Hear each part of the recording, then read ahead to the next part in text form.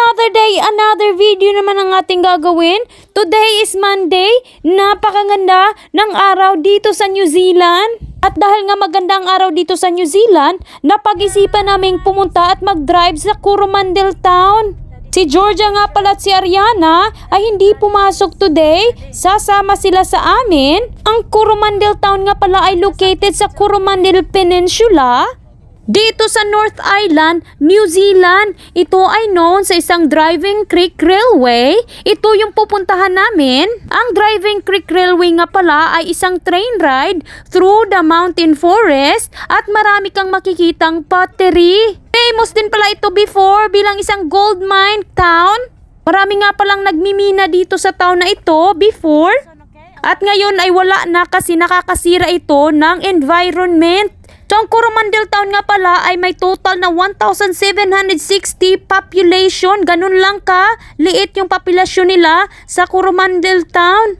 Konting-konti lang ang taong naninirahan dito, pero isa ito sa mga tourist spot dito sa North Island sa Coromandel Peninsula.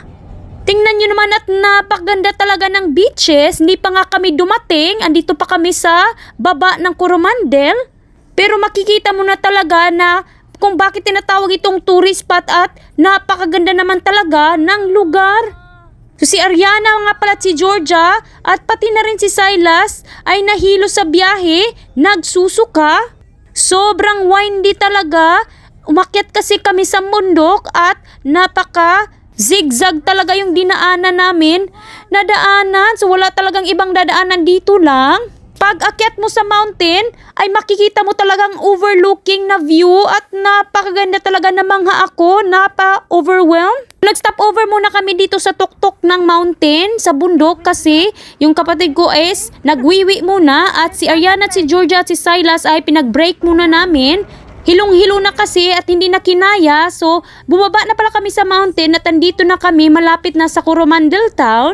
Isang oras nga pala at 30 minutes yung biyahe.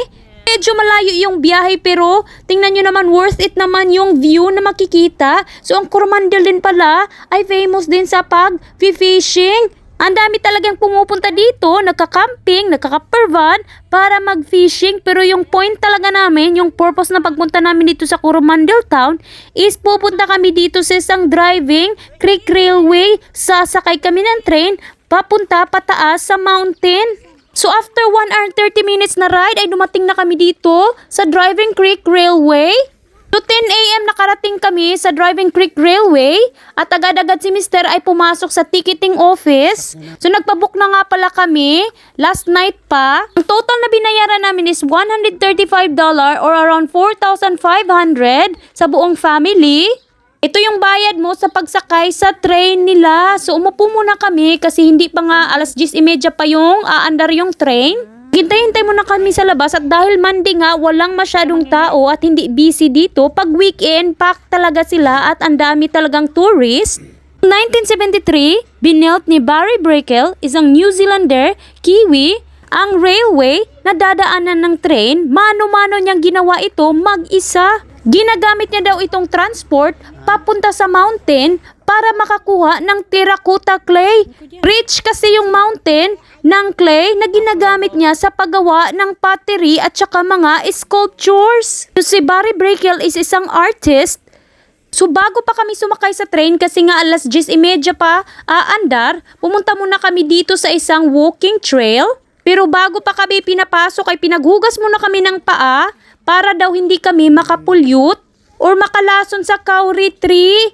Yung dumi daw na nadadala mo sa sapato sa ibang lugar, pwede daw yung maka-infect sa mga kahoy dito.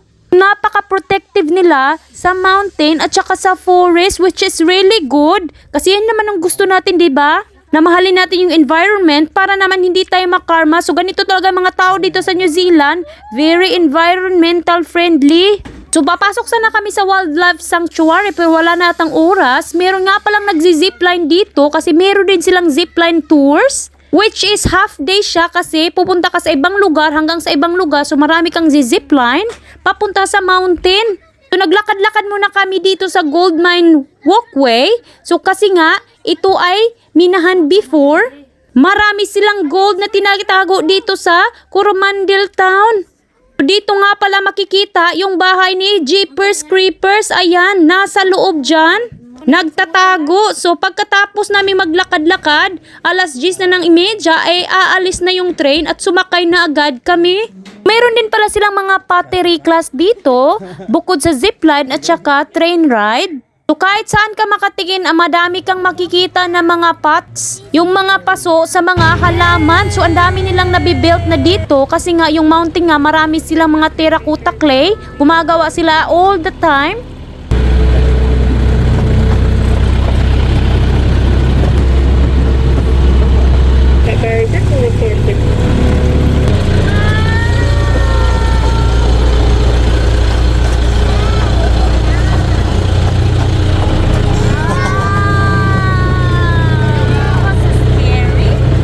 Makikita mo talaga yung forest at ang dami talagang mga puno. Yung mga ibang puno nga pala tinanim din ng may-ari dito. Si Barry Breckel ay hindi lang isang artist, isa din pala siyang environmentalist. Ni-restore niya yung mountain kasi nga ang daming nagmimina before dito at nasira talaga. Kung binili niya ang lupa ay binalik niya talaga ito kung anong itsura noon. Maganda talaga pag may mga ganito mga tao na nag-iisip sa kalikasan. Ito nga pala ay bucket list ko, na check ko na talaga. Noon ko pa talaga gustong pumunta dito sa Driving Creek Railway kasi nga ito ay famous dito sa Coromandel Town. At gustong gusto ko talaga dalhin ng mga anak ko at itry yung train ride. At last, di ba, walang imposible. Kahit na nahilo-hilo kami kanina sa pagbiyahe papunta dito sa Coromandel Town, worth it naman.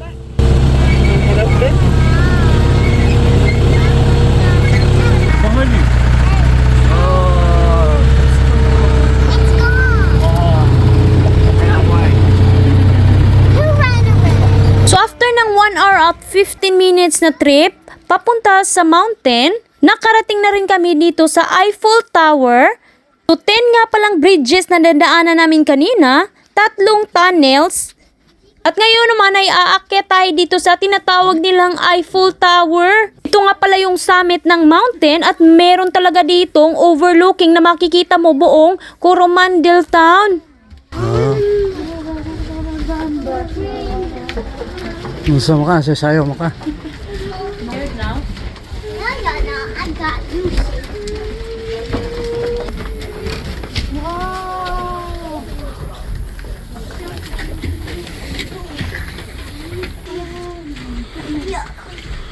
Wow! Mga wild boar.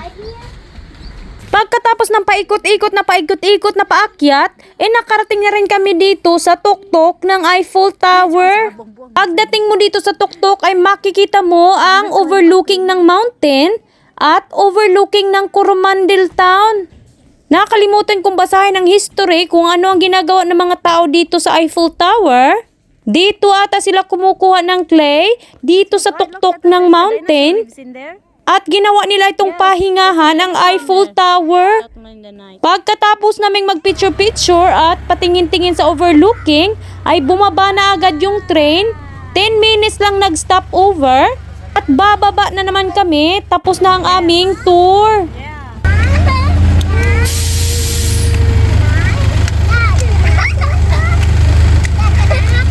So bumababa nga pala yung driver. Papalit-palit kasi sila ng railway.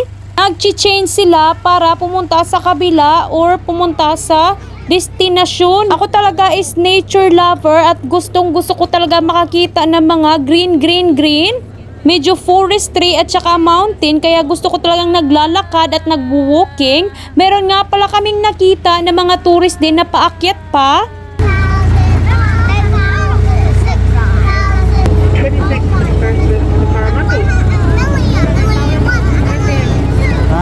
Pagkababa namin ay agad-agad kami nagpunta sa car park at pupunta kami sa town. Alas 12 na kasi, ito nga pala yung Coromandel Town at dito kami sa Coromandel Takeaways.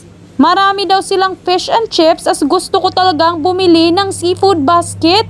Nagbebenta nga pala sila ng isda, mussel at saka smoked fish. Ang pinakamura na isda na binibenta nila ay 1,000 pesos yung kada kilo. Maganda talaga dito sa New Zealand kapag nangingisda ka, makakain ka ng isda all the time.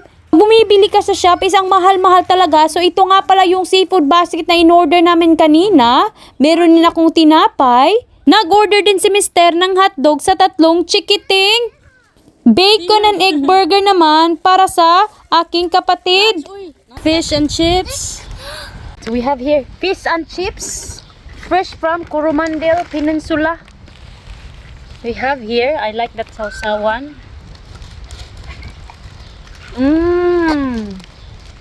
Sobrang alam niya lang. Marami. I like the tartare sauce. This is this. Good one. What fish? Snapper. What's this one? Mussel? I don't want that one. Fish?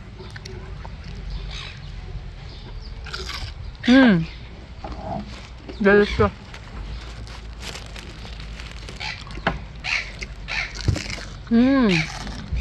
Donna, come on. Tipi?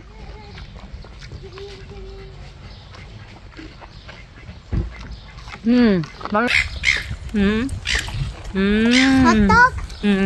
Where's your hot dog? There. You put it. Rings. I mean rings. Where's your drink? Rings and hot dog. I got the last one. Aw, Careful, don't drop it on the ground. that's alright. So while kumakain kami dito, ang dami nga palang kalapate. Galing ito sa dagat. Malapit kasi dito sa beach. At halatang halata talaga nagutom yung mga kalapate. Naglakad-lakad nga pala kami dito sa park at meron nga palang maliit na ilog. Napakalinis talaga ng lugar dito. Wala kang makikita na mga basura. Pati na yung ilog, wala ring mga tae.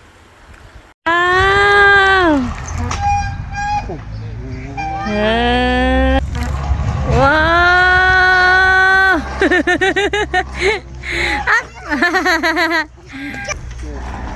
Ready! Can you? Bobob! Careful with your feet! So yun, pagkatapos naming mag-lunch, naglaro-laro muna dito sa park. Ang dami kasing mapapaglaruan at tinahinga muna namin yung mga anak namin bago kami bumiyahe na naman pauwi sa bahay. After maglaro-laro sa park ay ito, dadaan naman tayo sa windy at nakakalukang daanan tinatawag ng mga anak ko na Crazy Road. Pero tingnan nyo naman yung view, hindi naman siya crazy, napakaganda talaga. Pagbaba namin sa mountain, dumaan kami dito sa Timata. Gusto kasi ng mga anak ko na bumaba sa beach. Ito nga palang lugar na ito ay marami sila ditong mga cockles. Pero unfortunately, nilagyan nila ng runway so hindi ka pwedeng manguha ng shellfish, oyster at saka mussel at ano-ano bang mga makukuha mo dito na likas na yaman. Si Mister naman ay kumuha ng oyster at kinain niya agad. Sobrang laki ng oyster nila dito. Tingnan niyo man yung mga bato. Punong-puno talaga ng oyster at marami din silang mga mussels o yung tahong itim na kulay. Dad, how do you eat it? You need Tahong ni Carla. open it. Ang tahong ni Carla. Oh, that's a big one. Jade got that. Look. Jade got a big one. Mussel. Huh? Green look. See, it's a green mussel. These are black. What's the difference between green Two and... different varieties. Black muscle. Just be careful, please. Everything around them is sharp, Yeah, just don't touch. There, Dad. like razor blades. There. Dad, I found some. There. There. So, ayun, pagkatapos namin magtingin-tingin, ay agad na kaming bumiyahe pa uwi. Nakatulog nga pala si Silas sa sasakyan, so kami lang muna ditong naglakad-lakad. Guys, thank you for watching this video. I hope nag-enjoy kayo at sa susunod naman na vlog. Bye!